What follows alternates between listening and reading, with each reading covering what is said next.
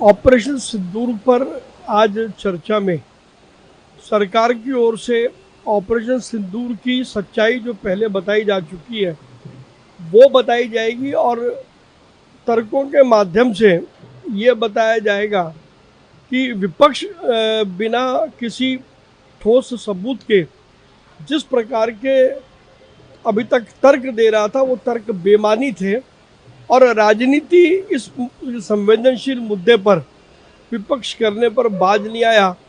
संसद में ऑपरेशन सिंदूर पर चर्चा इस बात को बहुत साफ तरीके से स्पष्ट करेगी।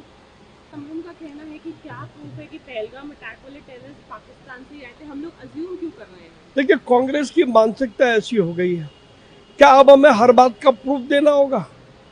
और क्या कांग्रेस ने कभी इस बात के प्रूफ दिए हैं?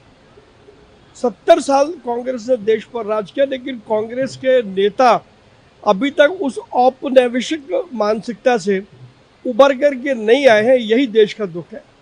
आज लोकसभा में मोशन भी रेज किया जाएगा जस्टिस यशवंत वर्मा के रिमूवल के लिए। जस्टिस यशवंत वर्मा के खिलाफ महाभियोग संसद में आएगा, उस पर चर्चा होगी। उस चर्चा के माध्यम से न्यायपालिका पर भी एक बड़े संदर्भ में चर्चा होनी है। जिस प्रकार से संविधान ने सभी को जिम्मेदार बनाया है, उस दृष्टि से न्यायपालिका भी उतनी जिम्मेदार है जितनी कार्यपालिका अथवा विधायिका। आज केस सुनेगा हमारी बिहार सर के अगेंस्ट, जिससे पहले उन्होंने ईसीआई को ऑर्डर करा था कि बाकी डॉक्यूमेंट्स एक बार चेक कर ले, अगर जस्टिस है तो इन कंसिडरेशन। देखिए, सर पर जो भी कुछ बिहार में हुआ है वो चुनाव आयोग ने अपने अधिकार के दायरे में किया है। सुप्रीम कोर्ट ने भी इस बात को माना कि ये चुनाव आयोग का अधिकार था।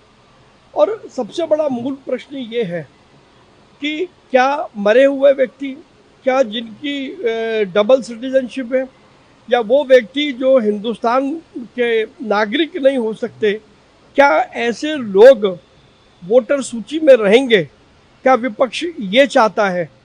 इस बात को कहीं ना कहीं हमको समझना होगा। कल प्रधान ऑपरेशन सिंदूर के बारे में बात करें, जहाँ पर उन्होंने बताया कि वो इंडिया की पहल थी टेररिज्म के खिलाफ, और कैसे उन्होंने बताया कि इंडिया अपनी नेशनल सिक्योरिटी के लिए एकजुट खड़ा है। देखिए, हम सब जानते हैं कि प्रधानमंत्री नरेंद्र मोदी जी के नेतृत्व में पिछले 11 वर्षों में देश में रक्षा और सुरक्षा पर बड़ा काम हुआ है।